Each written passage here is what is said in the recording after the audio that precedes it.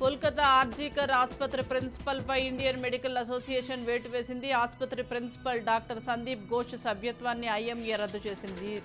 దీంతో పాటు IMA Kolkata branch vice ప్రెసిడెంట్గా ఉన్న ఘోష్ సభ్యత్వాన్ని సైతం సస్పెండ్ చేసింది. దీనికి సంబంధించిన ఆర్డర్ కాపీని విడుదల చేసింది. ఈ కేసును ఐఎంఏ జాతీయ అధ్యక్షుడు అశోకర్ నేతృత్వంలోని కమిటీ సుమోటోగా స్వీకరించింది. విచారణలో భాగంగా వారు బాధితురాలి తల్లిదండ్రులను విస్మరించారని కమిటీ గుర్తించింది. ఐఎంఏ బెంగాల్ శాఖతో పాటు మరికొన్ని వైద్య సంఘాలు సందీప్ ఘోష్పై చర్యలు తీసుకోవాలని డిమాండ్ చేశాయి. ప్యారిస్ పారా ఒలింపిక్స్లో భారత అథ్లెట్లు అదరగొట్టారు. ఒకే రోజు 4 పతకాలు కొల్లగొట్టి చరిత్ర సృష్టించారు. అవని లేఖరా స్వర్ణ పతకంతో తొలి విజయాన్ని నమోదు చేయగా మరో షూటర్ మనీష్ రజతంతో మెరిశాడు. అవని లేఖరా పసిడి గెలిచిన విభాగంలోనే మోనా కాంస్య పతకం సాధించి సత్తా చాటింది. 100 మీటర్ల పరుగులో ప్రీతి పాల్ కాంస్యంతో సరికొత్త చరిత్ర సృష్టించింది. ఒకే రోజు 4 పతకాలతో భారత్ పారా ఒలింపిక్స్లో సత్తా చాటింది. ప్రస్తుతం దేశంలో మహిళల భద్రత అనేది ప్రధాన సమస్యగా ఉందని, తన భార్య బిడ్డలతో సహా దేశంలో ఉన్న మహిళలందరూ సేఫ్గా ఉన్నామని ఫీల్ అయ్యే రోజులు రావాలని కాంగ్రెస్ నేత రాబర్ట్ వాద్రా తెలిపారు. అలాగే మహిళలు సేఫ్గా ఉండాలంటే వాళ్లతో ఎలా ప్రవర్తించాలో ఇంట్లో నేర్పించాలని సూచించారు. దేశంలో సమస్యలను తాను రాహుల్ గాంధీ ఒకే కోణంలో చూస్తున్నామన్నారు. మావోయిస్టులపై వరుసగా దాడులు జరుగుతున్నాయి. పోలీసుల కాల్పుల్లో 50కి పైగా మావోయిస్టులు ప్రాణాలు కోల్పోయారు. కోబర్టుల వల్లే ఈ దాడులు జరుగుతున్నాయని మావోయిస్టులు కన్నెర్ర చేస్తున్నారు. సొంత సభ్యుల నుంచే పోలీసులకు సమాచారం అందుతుందనే కారణంతో వారిపై అంతర్గత నిఘా పెట్టారు. నిజ నిర్ధారణ తర్వాత ప్రజా కోర్టులో పలువురికి క్షమాభిక్ష పెట్టారు. మరికొందరికి మరణశిక్ష విధించారు. వారం రోజుల్లో 4గురిని మావోయిస్టులు హత్య చేశారు. హత్యల అనంతరం ఘటనా స్థలంలో లేఖలు వదిలి వెళ్లారు. మహిళలపై జరిగే హింసకు విధించే శిక్షలు కఠినంగా ఉన్నాయని కేంద్ర మంత్రి అన్నపూర్ణాదేవి తెలిపారు. ఆ చట్టాలను అమలు చేయాలని, రేపిస్టులకు కఠిన శిక్ష వేయాలని బెంగాల్ సీఎం మమతా బెనర్జీ లేఖ రాశారు. ఆ లేఖపై కేంద్ర మహిళా శిశు అభివృద్ధి శాఖ మంత్రి అన్నపూర్ణ స్పందించారు. రేపు పోక్సో కేసులు డీల్ చేసేందుకు ఏర్పాటు చేసిన 11 ఫాస్ట్ ట్రాక్ స్పెషల్ కోర్టులను బెంగాల్ సర్కార్ ఆపరేట్ చేయడం లేదని కేంద్ర మంత్రి తన లేఖలో ఆరోపించారు. మలయాళ చిత్ర పరిశ్రమ, మాలీవుడ్లో కొందరు హీరోయిన్లు, నటీమణులపై సహచర నటులు, చిత్ర పరిశ్రమకు చెందిన వారే లైంగిక వేధింపులకు పాల్పడిన ఉదంతాలు బయటపడడంతో పినరయి విజయన్ ప్రభుత్వంపై విపక్షాలు మండిపడుతున్నాయి.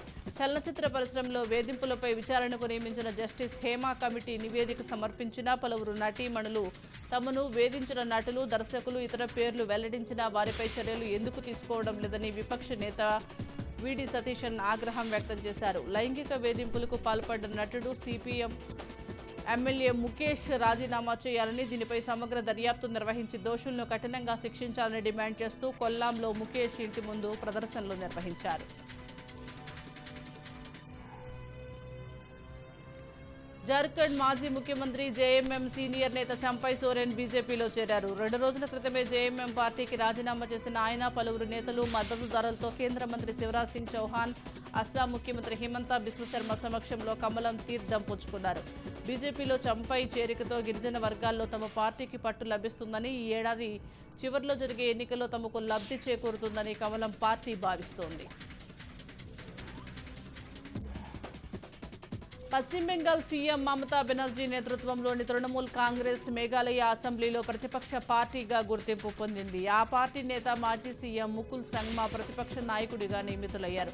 మేఘాలయ అసెంబ్లీలో ప్రతిపక్ష చీఫ్ విప్గా రోనీవీర్ లింగ్డోను స్పీకర్ గుర్తించినట్లుగా పేర్కొన్నారు. పశ్చిమ బెంగాల్లో వరుసగా 3 సార్లు అధికారంలో ఉన్న సీఎం మమతా బెనర్జీ నేతృత్వంలోని తృణమూల్ కాంగ్రెస్ 8 ఈశాన్య రాష్ట్రాల్లో తొలిసారి మేఘాలయ అసెంబ్లీలో ప్రతిపక్ష పార్టీగా గుర్తింపు పొందింది.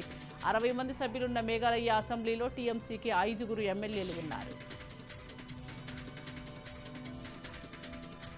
అరేబియా సముద్రంలో ఏర్పడిన తీవ్ర అల్పపీడనం కచ్ తీరం, పరిసర పాకిస్తాన్ ప్రాంతాల్లో అస్నా సైక్లోన్గా మార్పు చెందిందని భారత వాతావరణ విభాగం వెల్లడించింది. ఇది వాయువ్య దిశగా సాగుతుందని, రాబో 2 రోజుల్లో భారత తీరానికి దూరంగా వెళ్లే అవకాశం ఉందని అంచనా వేసింది. కాగా అరేబియా సముద్రంలో అల్పపీడనం కారణంగా గుజరాత్లోని పలు ప్రాంతాల్లో శుక్రవారం భారీ వర్షాలు కురిశాయి. దీంతో కొన్ని చోట్ల వరద పరిస్థితులు నెలకొన్నాయి.